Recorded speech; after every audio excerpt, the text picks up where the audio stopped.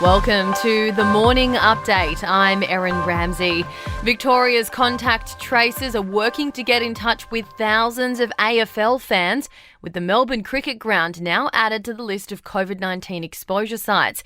It's been revealed a positive case was at the Collingwood-Port Adelaide game on Sunday. They sat in Zone 4, Level 1 in the Great Southern Stand. More than 20 places across Melbourne are now listed as potential exposure sites, with the northern suburbs cluster now growing to 9 cases.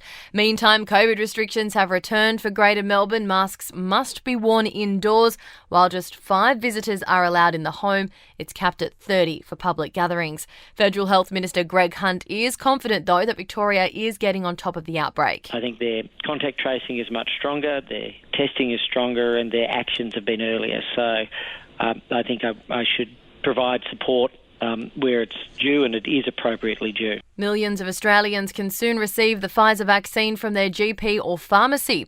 The Therapeutic Goods Administration will allow the vaccine to be stored in a regular refrigerator for up to a month. Until now, the Pfizer jab had to be stored at -70.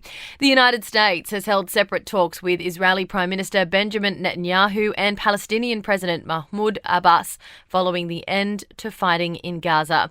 US Secretary of State Anthony Blinken has announced that more than $460 million in aid as Palestinians begin to rebuild. To provide $5.5 million in immediate disaster assistance for Gaza comes on top of significant support that the United States has recently committed to the Palestinian Authority.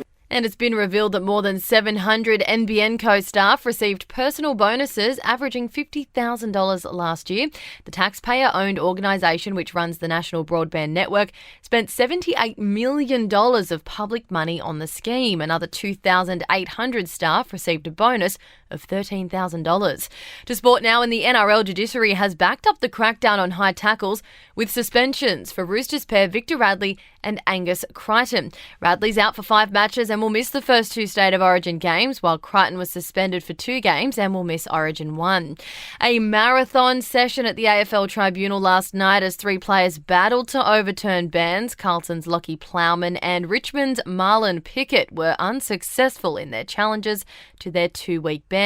But the Gold Coast's Nick Holman was cleared of his dangerous high tackle charge.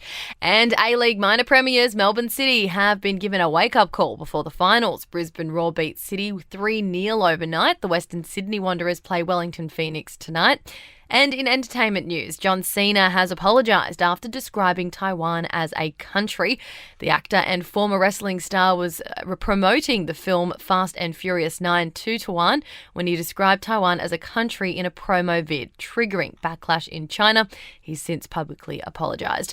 And Drew Barrymore's received her first ever nomination for a Daytime Emmy Award for her talk show. It's a steep task, though. She's up against some heavyweights for the gong, including Kelly Clarkson and Ryan Seacrest. Larry King has received a posthumous nomination for the Outstanding Talk Show Host Award. That's your latest from the Nova podcast team. We'll see you this afternoon for another episode of The Update.